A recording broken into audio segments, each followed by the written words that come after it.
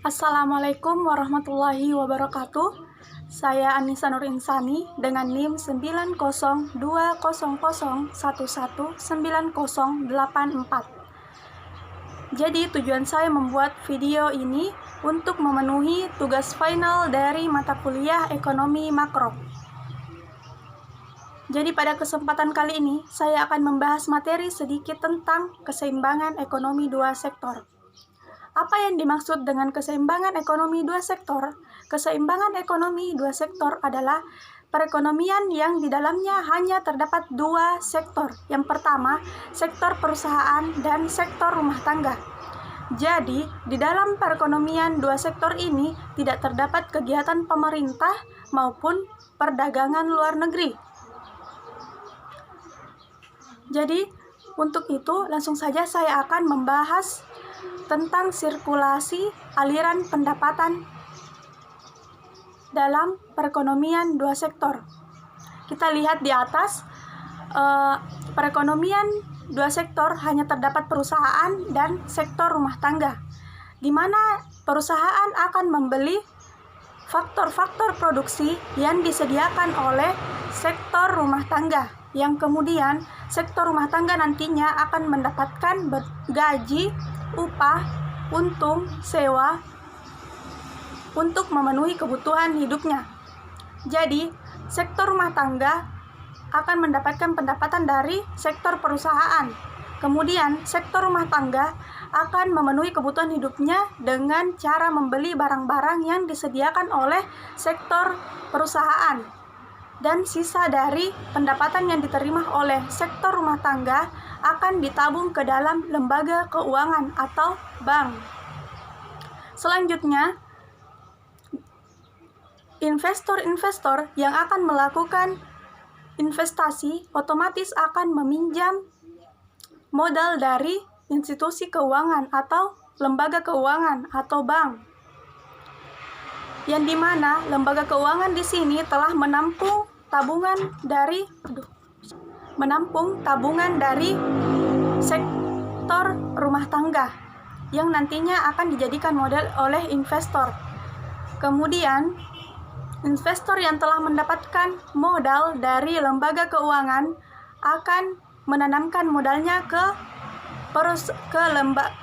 sektor perusahaan. Dan begitu seterusnya. Selanjutnya saya akan membahas tentang hubungan antara pendapatan, konsumsi, dan tabungan.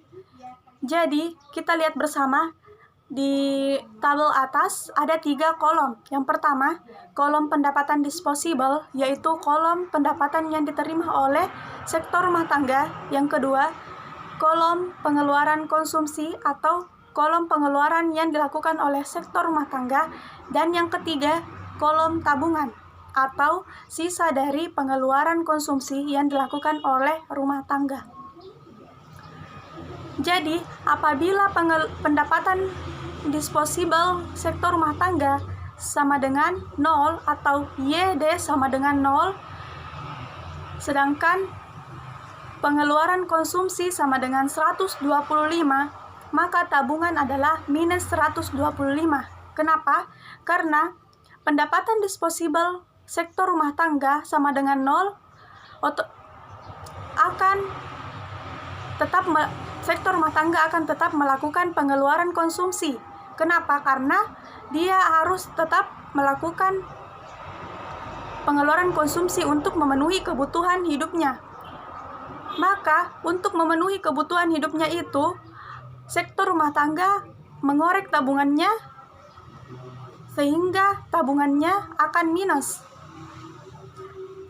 Berbeda halnya jika pendapatan disposable lebih besar. Contohnya, pendapatan disposable sama dengan 600. Kemudian, pengeluaran konsumsi sama dengan 575, maka tabungannya sama dengan 25. Kenapa? Karena pendapatan disposable lebih tinggi, sedangkan pengeluarannya lebih rendah, maka pendapatan disposable dikurang pengeluaran konsumsi sama dengan tabungan, yaitu 25.